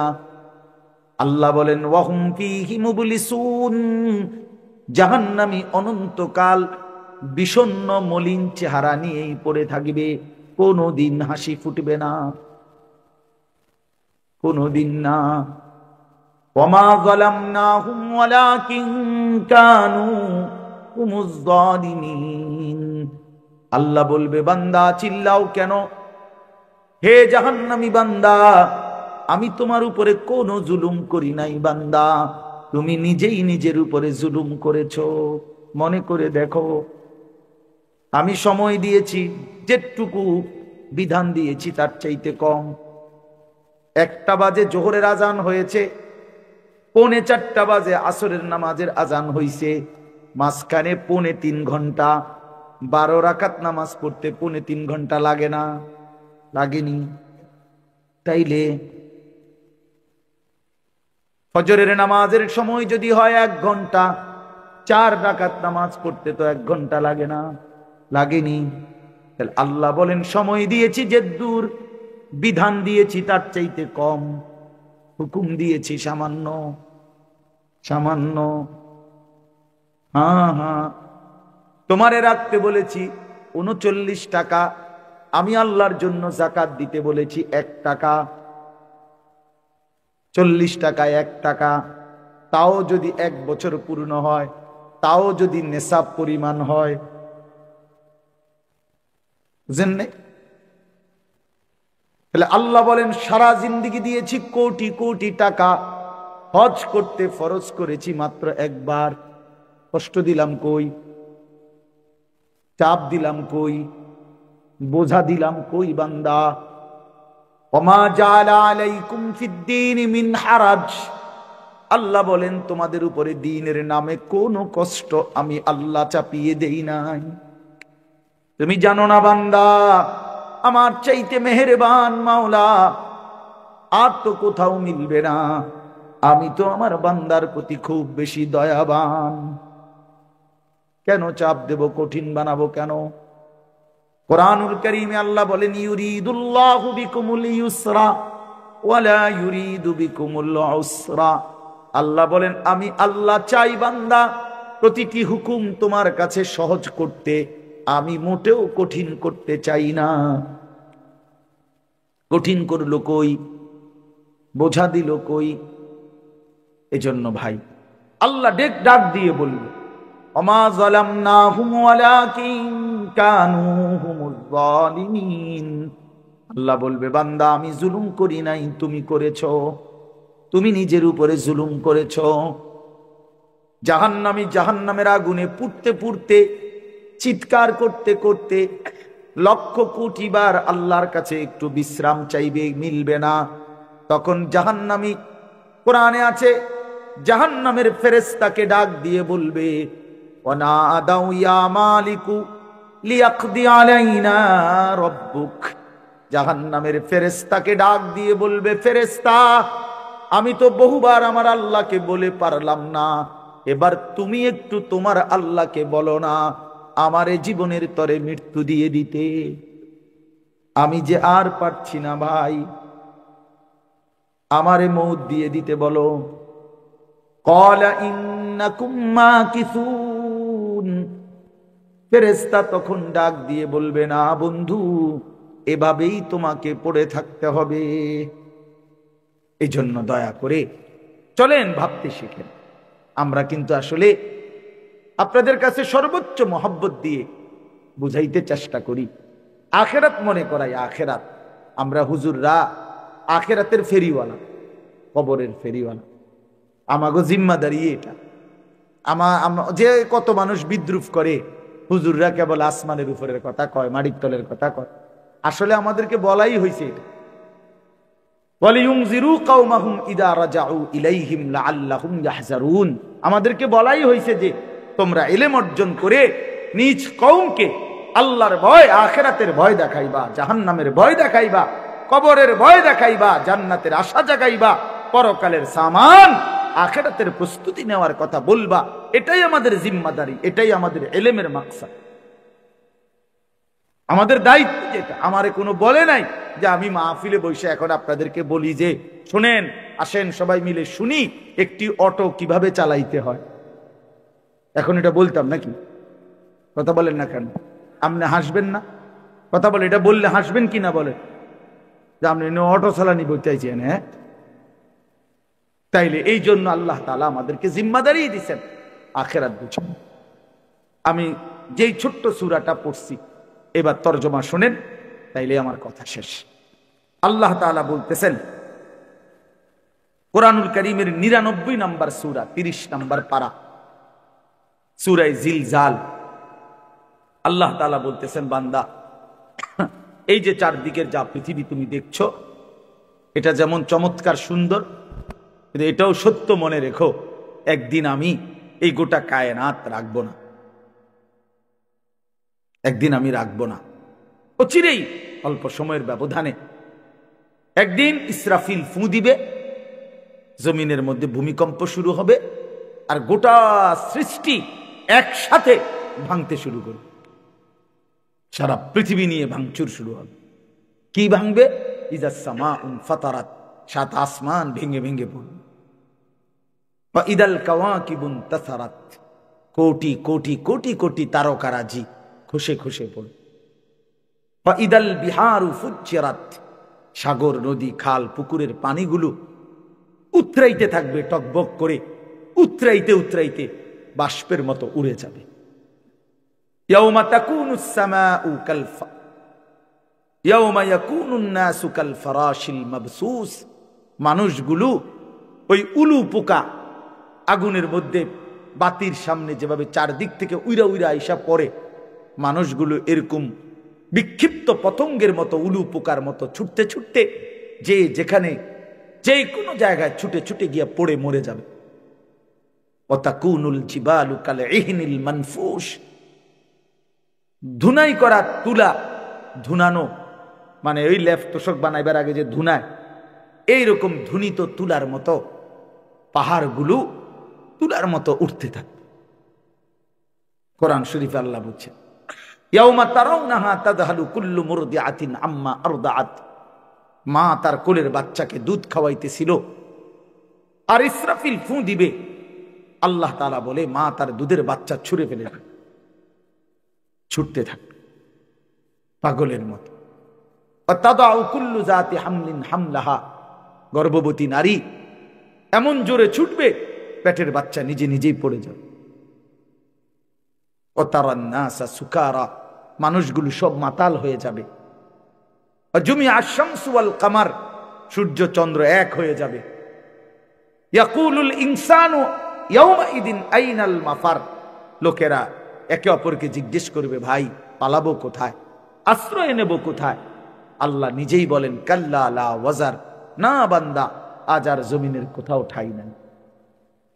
ইলা রাব্বিকা ইয়াউমাইদিনিল মুস্তাকার, শুধুই আল্লাহর কাছে আজ তোমাদের ঠিক। এইভাবে একদিন এই পৃথিবী নিশ্চিত কিয়ামত হবে, গোটা সৃষ্টি জগৎ ধ্বংস হবে। তো আল্লাহ তাআলা বলতেছেন এই সব মাটির নিচে চলে যাবে, শুধু উপরে থাকবে এক মহান আল্লাহ। তো এই সব মাটির নিচে চলে যাওয়ার পরে একটা নির্দিষ্ট সময় পরে, হতে পারে সেটা ৪০,০০০ বছর পর, এই সময় পরে আবার আল্লাহ তাআলা ইসরাফিল আলাইহিস সালামকে বলবেন, ইসরাফিল আবার আরেকবার ফু দাও। এবার যখন দ্বিতীয়বার ফু দিবে, আবারও ভূমিকম্প শুরু হবে। জমিনের তলদেশ থেকে, এই আদম আলাইহিস সালাম থেকে নিয়ে ইসরাফিলের ফু পর্যন্ত যত সৃষ্টি, যত মাখলুকাত, সবকিছু জমিনের তলদেশ থেকে উপরে উঠে আসবে, আর সেটাই হাসরের ময়দান কায়েম। আল্লাহ বলেন, ইদা জুলজিলাতিল আরদু জিলজালাহা, এই দ্বিতীয়বারের ভূমিকম্প জমিনে যখন শুরু হবে, ওয়া আখরাজাতিল আরদু আসকালাহা, জমিন তার তলদেশ থেকে সমস্ত বোঝা উপরে তুলে দিবে। ওয়াকালাল ইনসানু মা লাহা, এখানে তাফসীরের মধ্যে আছে জমিনের উপরে উঠা সমস্ত কিছুর মধ্যে হীরা মণি মুক্তা স্বর্ণ রৌপ্য, এই অর্থ সম্পদ। আমার এই কথাটা শেষ মনোযোগ দিয়ে শুনেন, একেবারে আমি নিজে হাদিসে পড়ছি বাবা। হাসরের মাঠ কায়েম হবে, মানুষ সব দাঁড়াবে। আল্লাহর নবী বলেন হীরা মণি মুক্তা স্বর্ণ রৌপ্য অর্থ সম্পদ, এগুলো মানুষ আল্লাহর কুদরতে এগুলোর জবান খুলে যাবে, এগুলো কথা বলবে, কথা আর ডাক দিবে দুনিয়ার নাফরমান পাপীকে, হে চোর এদিকে আসো, এই সম্পত্তির জন্য চুরি করেছ, আজ যা দরকার নেও। হে ডাকাত এদিকে আসো, যা দরকার নেও। হে আত্মীয়তার সম্পর্ক ছিন্নকারী, এই সম্পত্তির জন্য, এই সম্পদের জন্য আপনজনের সাথে সম্পর্ক বিচ্ছিন্ন করেছ, আজ যা দরকার নাও। এভাবে সম্পদ ডাকবে নাফরমান পাপীদেরকে। তো আল্লাহর কোরআনে আল্লাহ বলে ওয়াকালাল ইনসানু মা লাহা, লোকেরা বলতে থাকবে হায় হায় এটা কি হচ্ছে, এগুলো কথা বলতেছে কেন, এগুলো কথা বলছে কেন? তো আল্লাহ তাআলা বলেন ইয়াউমা ইদিন তুহাদ্দিসু আখবারাহা, বান্দা শুনো, এখন তো দেখলা অর্থ সম্পদ স্বর্ণ রৌপ্য এগুলো কথা বলতেছে, এইবার শুনো। আল্লাহ বলে এইবার শুনো, এই তোমার জমিন পায়ের নিচে, এই জমিন এবার তোমার পুরা জিন্দেগির খবর আমি আল্লাহর কাছে শুনান। তোমার রাত, তোমার দিন, তোমার একাকী, তোমার প্রকাশ্য, তোমার ঘর, তোমার বাহির, তোমার পুরা জিন্দেগি, পুরা জিন্দেগি শুনো। আয়া একাকী কি করেছিল, রাত গভীরে মদের আড্ডা, নেশার আড্ডা, এটাও বলবে। রাত গভীরে তাহাজ্জুদের সেজদা, এটাও বলবে, এটাও যে যা করছিলা আজকে শোনাবে। কেন বলবে? বিআন্না রাব্বাকা আওহা লাহা, কারণ আল্লাহ তাআলা জমিনকে আদেশ করবে, জমিন তোমার ভেতরের সব খবর সংবাদ আজ বল। আল্লাহ তাআলা বলেন ইয়াউমা ইদিন ইয়াসদুরুন নাসু আশতাতাল লিউরাউ আমালাহুম, এইবার আল্লাহর ফেরেশতারা মানুষদেরকে দলে দলে, গ্রুপে গ্রুপে ভাগ করবে, আর ভাগ করে বলবে আগে বাড়ো, সামনে তোমাদের আমলনামা দেয়া হবে, প্রত্যেকেই নিজ নিজ আমলনামা হাতে নাও এবং নিজ চোখে দেখো। ফামান ইয়ামাল মিসকালা যাররাতিন খায়রান ইয়ারা ওয়া মান ইয়ামাল মিসকালা যাররাতিন শাররান ইয়ারা, এটা মূল কথা, এই সূরার মূল বক্তব্য এই কথা। এটা আল্লাহ বলেন সেদিন হাসরের ময়দানে যখন তোমাদের হাতে আমলনামা দেয়া হবে, তখন তোমরা নিজ চোখে দেখতে পাবে তোমাদের জীবনের এক বিন্দু ভালো কাজ অথবা এক বিন্দু মন্দ, তুমি দেখবে, আর দেখে তুমি হিসাব মিলাইতে পারবা আজ তোমার গন্তব্য কোথায়। আজ গন্তব্য কোথায়? মানুষ তো যারা আপনার পড়ালেখা জানে, তো সে তো লেখা দেখেই বুঝতে পারে এটা টয়লেট, এটা কিচেন, লেখা আছে এটা ওয়াশরুম, এটা কিচেন রুম, তার মানে তুমি বুঝবা ইসকা তোমার গন্তব্য কি জান্নাত নাকি জাহান্নাম। এই জন্য বাপ আমার, এই রাত গভীরে এটাই আমার মূল কথা। এতগুলো কথা বলার অর্থ হইল আমি আপনি আল্লাহ থেকে আড়াল হব না, হতে পারি না, আমাদের জিন্দেগির এক সেকেন্ড লুকানোর কোনো সুযোগ নাই। এই জন্য বুড়ো বাপ আপনাকেও বলি, আমাকেও বলি, যুবক ভাই তোমাদেরকেও বলি, গুনার এই রাস্তা ছেড়ে দাও ভাইয়া। লোনা জলে তৃষ্ণা মেটে না, অর্থাৎ যে পানি লবণাক্ত ওই পানি দিয়া তৃষ্ণা মেটে না, ঠিক কোন গুনাহের দ্বারা মানুষের তৃপ্তি হয় না, কোন ঘুষখোর তৃপ্তি পায় না, কোন জেনাকার বেবিচারী তৃপ্তি পায় না, কোন হারামখোর নাফরমান তৃপ্তি পায় না, কোন বেপর্দা নারী তৃপ্তি পায় না। বেটির কোনো তৃপ্তি নাই। বেটির কথা হলো যত বেশি বেড়ই আমারে দেখতে পারে তত বালা, তাহলে বেটির তৃপ্তি কই? বেটির তো কোনো তৃপ্তি নাই। এই জন্য কোন নাফরমান, কোন পাপী তৃপ্ত হয় না, তৃপ্ত হয় না। ৮,০০০ টাকার ইমাম বছরের পর বছর মালিকের ঘরে সেজদা দিয়া, ৮,০০০ ১০,০০০ টাকা ইমাম সাহেব বেতন, কিন্তু মালিকের খোদার ৩০ দিন আল্লাহর ঘরে সেজদা দেয় আর হাসি মুখে জিন্দেগি কাটায়, আর অপেক্ষায় থাকে যেটুকু সামান্য দুনিয়া নিলাম এটুকু কোন রকম পার করে বাকিটা সব আখেরাত থেকে। কিন্তু 90,000 টাকা কামাই, 70,000 টাকা কামাই, কিন্তু হারাম করে দেখবেন জিজ্ঞাসা করে লাখ টাকা কামাই করার পরেও কিস্তি চলে 4টা। কিস্তি চলে কয়টা? 4টা। খবর নেই, কিস্তি শেষ হয়, কিস্তি তার শেষ হয়। তো কি লাভ হইল ভাইয়া? কি লাভ হইল? এজন্য দুনিয়া ধোকা, দুনিয়া ধোকা, দুনিয়া ধোকা। আখিরাতি আসল, আখিরাতি আসল। ওয়া ইন্নাদ দারাল আখিরাতা লাহিয়াল হায়াওয়ান।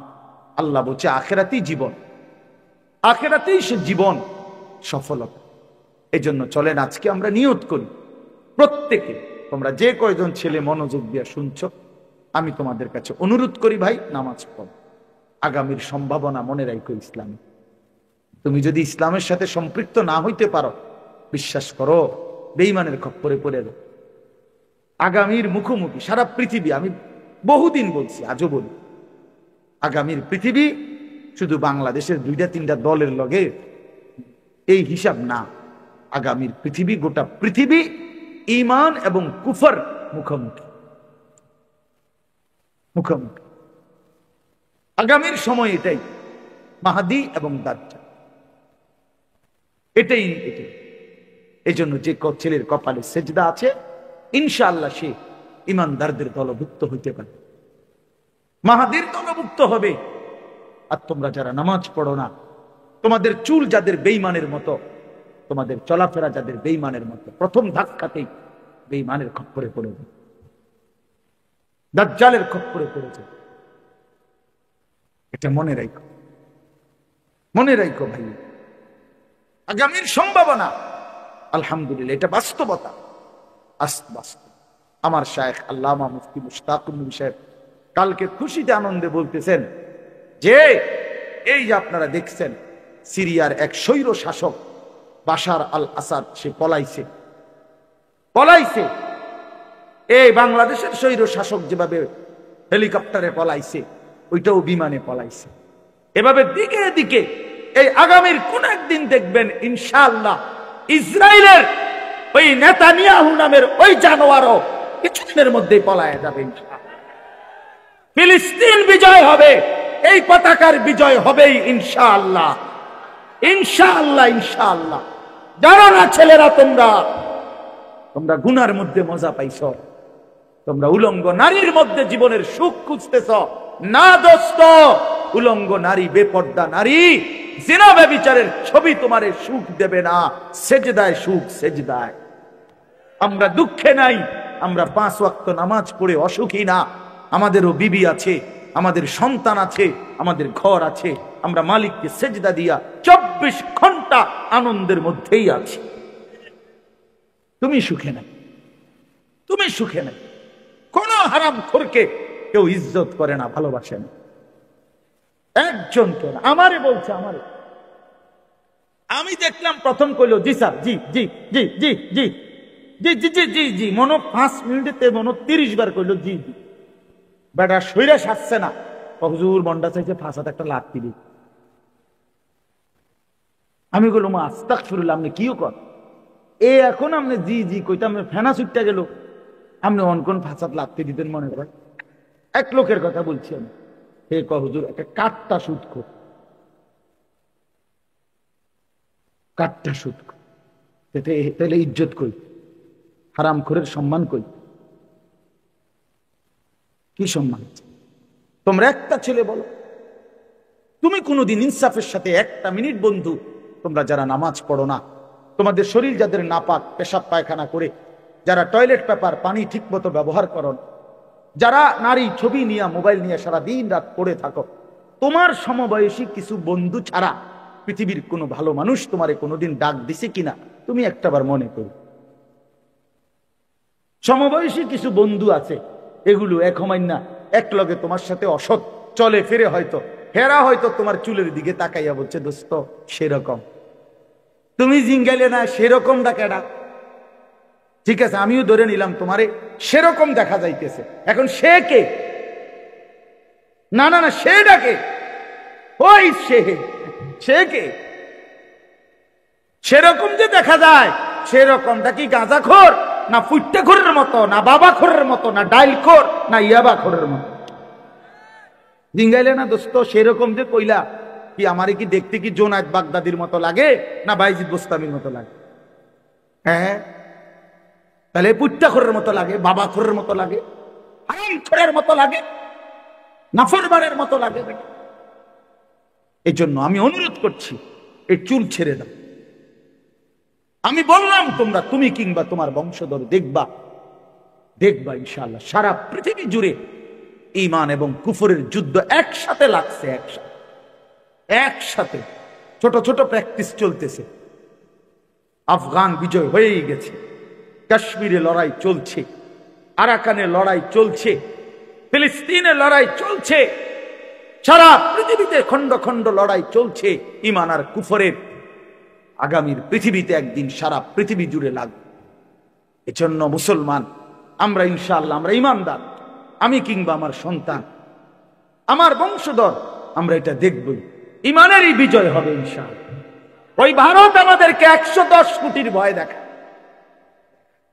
ইসকনের এই গুন্ডারা, সন্ত্রাসীরা, এই বেঈমানরা আমাদের প্রকাশ্য দিবালোকে বাংলাদেশে 92% মুসলমানের এই দেশে একজন জলজ্জান্ত অ্যাডভোকেটকে চট্টগ্রামের মাটিতে দিনে দুপুরে জবাই করে ফেলছে। কত বড় বেঈমান, কত বড় অধ্যত্ত, কত বড় অধ্যত্ত, কত বড় জালিম, কত বড় উগ্র। এই জন্য ছেলেরা মনে রাখো এই কথা, আমি অনেক দিন বলছি, এই কয়দিনে যে এরা প্রমাণ করে দিছে, ইসকনের এই গুন্ডারা তোমারে বুঝাই দিছে যে যুবক, সুযোগ পাইলে তোদের কাউকে আমরা ছাড়বো না, কি হুজুর কি পাবলিক, কাউরে ছাড়বে। ওই যুবক শহীদ সাইফুল ইসলাম আলিফ, সে হুজুর, সে অ্যাডভোকেট, কি বুঝাই দিল যে হুজুরের লগে না, দ্বন্দ্ব আমাদের প্রত্যেকের সাথে বেটা, তোমার লগে ওই ইসকন এবং ওই হিন্দু সন্ত্রাসীরা, উগ্রবাদীরা তোমারও বিরুদ্ধে, আমারও বিরুদ্ধে। তুমি না মনে করছো তোমার চুল দেখে ছেড়ে দিবে? না, আইডি কার্ড আড়াল করবা কেন? তুমি যে মুসলমান, আইডি কার্ডে নাই, তোমার এনআইডির মধ্যে তো লেখা আছে তুমি মুসলমান। তোমার পাসপোর্ট যেই কোন পৃথিবীর এয়ারপোর্টে পাঞ্চ করলেই তুমি যে মুসলমান এটা উঠে আসবে। এটা লুকাইবা কেমনে? হ্যান্ডে না লুকাইছ, চুলে না পেখম ধরাইছ, পরিচয় আড়াল করা যাবে তো কেমনে কি করে? কাজেই যেই পরিচয় আমার আড়াল করা যাবেও না, যাওয়ার দরকারও নাই, তা আমি সেই ইসলাম নিয়েই বাইচা থাকি। জান দেই তো ইসলামের উপরেই দেই, জীবন দিলাম তো, রক্ত দিলাম, শহীদ হলাম তো আল্লাহর জন্যই দিলাম, জান্নাতেই পৌঁছে গেলাম। এই জন্য ইনশাআল্লাহ এটা জরুরি বিষয়, এটা মনে রাখতে হবে, তোমার এটা মনেই রাখতে হবে। বেঈমান ছাড়বেন, ওরা আমাদের একজন মাত্র, তার বিরুদ্ধে অসংখ্য অভিযোগ। এই যেই লোকটাকে বাংলাদেশে চিন্ময় কৃষ্ণ দাস, এই নরপশুর বিরুদ্ধে অসংখ্য, এ যৌন নির্যাতনকারী, এ অসংখ্য অসৎ চরিত্রে তার ব্যাপারে অভিযুক্ত সে, অথচ তার ব্যাপারে ওরা আমাদেরকে বলতেছে আমগরে আলু দিত না, পেঁয়াজ দিবেন, আলু দিবেন, আলু হেতের বাফের, আলু ইন্ডিয়ার আব্বার, পেঁয়াজ ইন্ডিয়ার বাফের পেঁয়াজ। ওরে জিজ্ঞাসা করো বেটা, তোর বাপের বেটা, আলু যিনি দেয় তোদেরকে, যিনি দেয় তোদেরকে, যিনি খাওয়ায় তোদেরকে, যিনি পেঁয়াজ দেয়, আলু দেয়, ইনি তো তোদের কিচ্ছু না বেটা, উনি তো আমাদের আল্লাহ বেটা, আমাদের মালিক তো করে খাওয়ায় বেটা। হেরা কয় আমরা আটকাই দেওয়া, পেঁয়াজের দমক বেওকুফ, পেঁয়াজ দিয়ে নি মুসলমান ভয় পাইতো কোনদিন, কিও করে। আশ্চর্য কথা না এটা? হসপিটালের চিকিৎসা বন্ধ করে দিছে, এখন কলকাতায় লাল বাতি জ্বলতে আছে, টিম টিম টিম টিম করে, team team team team team, বাতি জ্বলের বাতি। হ্যাঁ, আমি নিজে গেছি কলকাতা 2018 সালে, আমি যে হসপিটালে গলার চিকিৎসার জন্য গেছিলাম, তখন আমিও দেখি শত শত রোগী, সব বাংলাদেশি, শত শত রোগী সিরিয়াল ধরে রাখছে, বাংলাদেশি রোগী।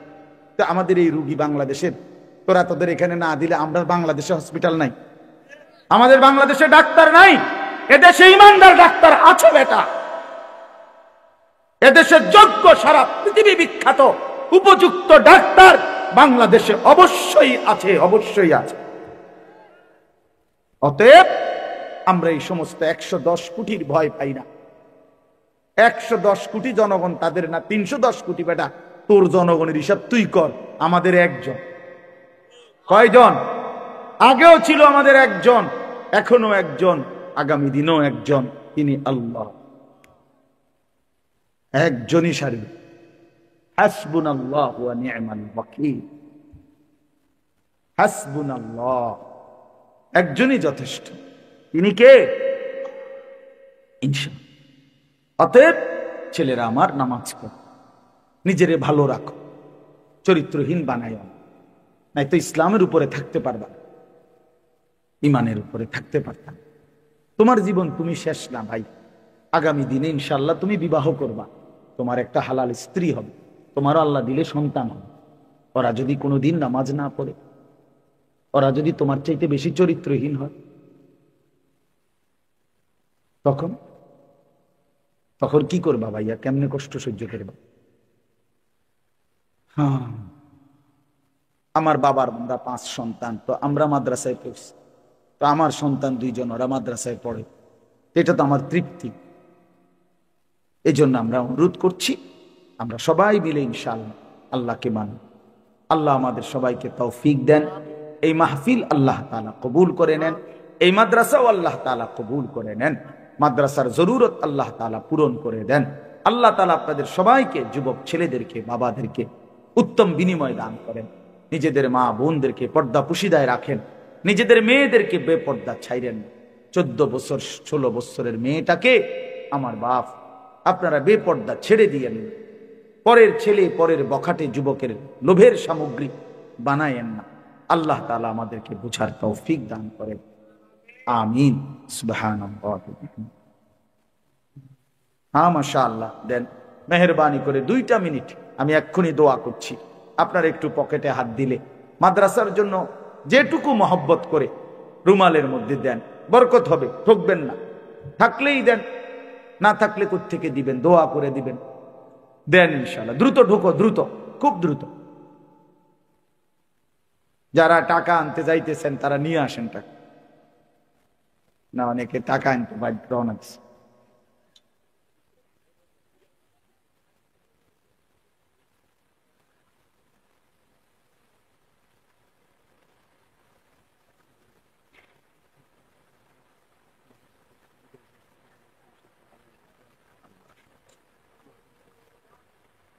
اللهم صل على محمد.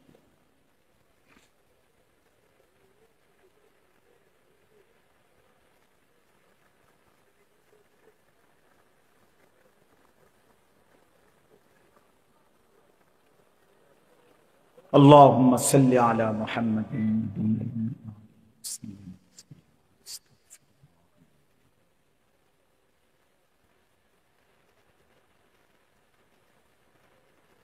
الحمد لله رب العالمين.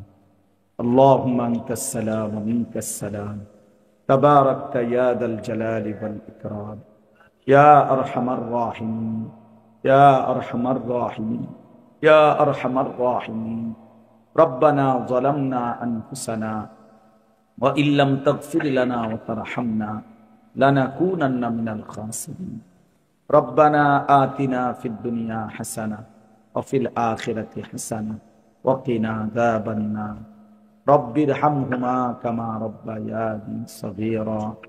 ربنا هب لنا من أزواجنا وذرياتنا قرة أعين واجعلنا للمتقين إماما. اللهم إنا نسألك الهدى والتقى والعفاف والغنى. اللهم ارحمنا بترك المعاصي ولا تشقنا بمعصيتك. মাওলাই করিম আপনি মাফ করে দেন, রব্বে করিম আপনি মাফ করে দেন, মেহেরবান মাওলা আপনি মাফ করে দেন। আল্লাহ, জীবনটা অন্ধকারেই ভরে গেছে মাওলা, আপনার নাফরমানি বেশি হয়ে গেছে, নেকি বলতে কিছুই নাই। আল্লাহ, জীবনটা সুন্দর করে দেন, পিছনের সবগুলো গুনাহ মাফ করে দেন, আগামী জিন্দেগি সুন্দর করে দেন, ঈমান আমলের দৌলত দান করেন, তাকওয়ার জীবন দান করেন, প্রতিটা গুনাহ থেকে বাঁচবার তৌফিক দান করেন। আল্লাহ আপনি দয়া করেন, আপনি দয়া করেন, আপনি দয়া করেন, আপনি রহম করেন, আপনি মেহেরবানি করেন। এলাকার সমস্ত কবরবাসীদেরকে মাফ করে দেন, কিয়ামত পর্যন্ত কবরের আযাব মাফ করে দেন। আমরা যারা জীবিত আছি আমাদেরকে নেক জীবন দান করেন, অসুস্থ বিমারি যারা শিফা করে দেন, প্রত্যেকের কামাই রুজিতে হালাল বরকত দান করেন। এই মাদ্রাসাখানা কবুল করে নেন, মাদ্রাসাখানা কবুল করে নেন, মাদ্রাসাখানা কবুল করে নেন। মাদ্রাসার तमाम জরুরত পূরণ করে দেন, ছাত্র ওস্তাদ আরো মিলায়া দেন, এলাকাবাসীর দিল মাদ্রাসার সাথে মহব্বতওয়ালা বানিয়ে দেন। আল্লাহ আজকের এই মাহফিল আপনি কবুল করে নেন। মাহফিলের तमाम প্রয়োজনে যে যেভাবে অংশগ্রহণ করেছে সকলকে উত্তম বিনিময় দান। যে যেই মাকসাদে দোয়া চেয়েছে, কেউ ভাইয়ের জন্য, কেউ প্রবাসীর জন্য, কেউ বাবা মায়ের জন্য, কেউ অসুস্থতা, কেউ পেরেশানি, আল্লাহ প্রত্যেকের সমস্ত নেক তামান্না আপনি পূরণ করে দেন। প্রবাসী ভাইদেরকে সহি সালামতে নিরাপদে বিপদ মুক্ত হয়ে থাকবার তৌফিক দান করেন। আল্লাহ সারা পৃথিবীর মধ্যে কালেমার পতাকার বিজয় দান করেন, কোরআনের বিজয় দান করেন, হকের বিজয় দান করেন। আমার দেশের প্রতি ইঞ্চি মাটি আপনি নিরাপদ করে দেন। আমরা ইজ্জত নিয়ে বাঁচতে চাই, ইসলাম নিয়ে বাঁচতে চাই, আমরা সেজদা দিয়ে বাঁচতে চাই, আমরা আজান শুনে বাঁচতে চাই, আমরা আপনার কোরআন বুকে নিয়ে বাঁচতে চাই। মাওলা আল্লাহ আমাদের স্ত্রী সন্তান বংশধর কেউ কিয়ামত পর্যন্ত প্রজন্মকে ঈমান ইসলামের উপরে থাকবার তৌফিক দান করেন। সারা পৃথিবীর মজলুম মুসলমানকে রেহাই দিয়ে দেন। গাজা, ফিলিস্তিন, লেবাননের মুসলমানকে আল্লাহ আপনি মুক্তি দান করেন। আল্লাহ সিরিয়ার মজলুম মুসলমানকে যেভাবে বিজয় দিয়েছেন, ফিলিস্তিনের বিজয় আল্লাহ দান করেন, ফিলিস্তিনের বিজয় দান করেন। ইসরায়েলের ইহুদি বেঈমানদেরকে ধ্বংস করে দেন। আল্লাহ আমাদের প্রত্যেকের নেক তামান্না পূরণ করে দেন। আল্লাহ আজকের সবটা আয়োজন আপনি কবুল করে দেন। রব্বির হামহুমা কামা রব্বায়ানি সগীরা। সুবহান রাব্বিকা রব্বিল ইজ্জাতি আম্মা